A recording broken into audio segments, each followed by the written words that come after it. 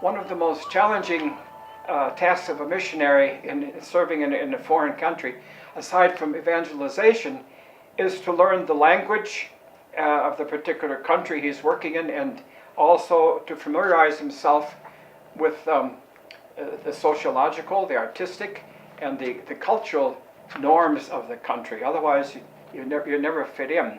For me, the task was a joy.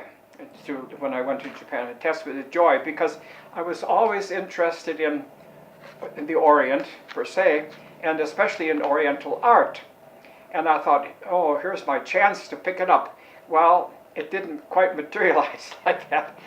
We had to spend all the time, most of the time, learning the language and the customs, the norm, the do's and don'ts, and so on. And we were busy going to school 6 days a week, and so really I didn't have no time to pick up the art. But I enjoyed it, and I looked at many art pieces there, and I was determined sometime to be able to pick it up. Well, it didn't materialize until I came back to the States. I was stationed in Wisconsin.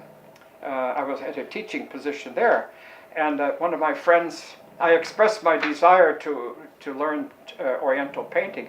I told my friend, Brother Tony, about it. He said, oh, he said, in that case, you should go to Sister Clara Hahn in Milwaukee. She's giving a course on Oriental painting, brush painting, and I thought, oh, this is great. And it so happened that she has a good connection with the SVDs because she came from the parish where Father Fernandez, who was our first missionary, who's canonized now, first missionary in China, her aunt and uncle worked at his place. They were catechists, and the women did sewing. The sisters taught them sewing, and so his two aunties were employed there, and her uncle. So she said, we know you, Father. I don't charge you because we know, And I said, well, I didn't argue that. We had a 3-hour class every Tuesday night. There was about 7 of us, I guess, and they're all school teachers or librarians or daycare workers, and they wanted to get away from involvement.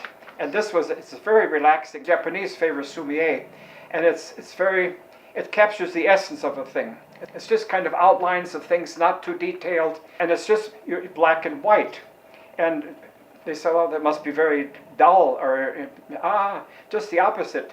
It's considered the higher form than color.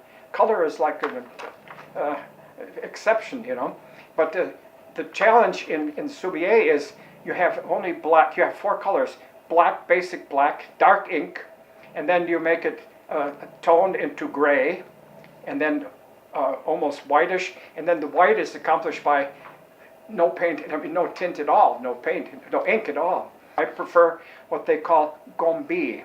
It's a very detailed thing. They show every little line, every little leaf on a willow tree, and then petals on a chrysanthemum, and pine needles, and so on. It's kind of tedious, but I like it, and I have facility in that.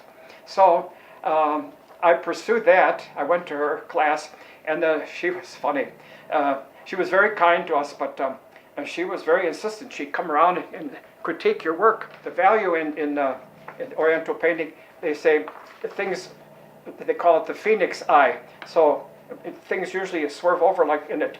If you look at it, it's like an eye of a phoenix imaginary bird. Sister told us fascinating techniques, much more than would usually be taught in the class. And for instance, I have an example of some painting here.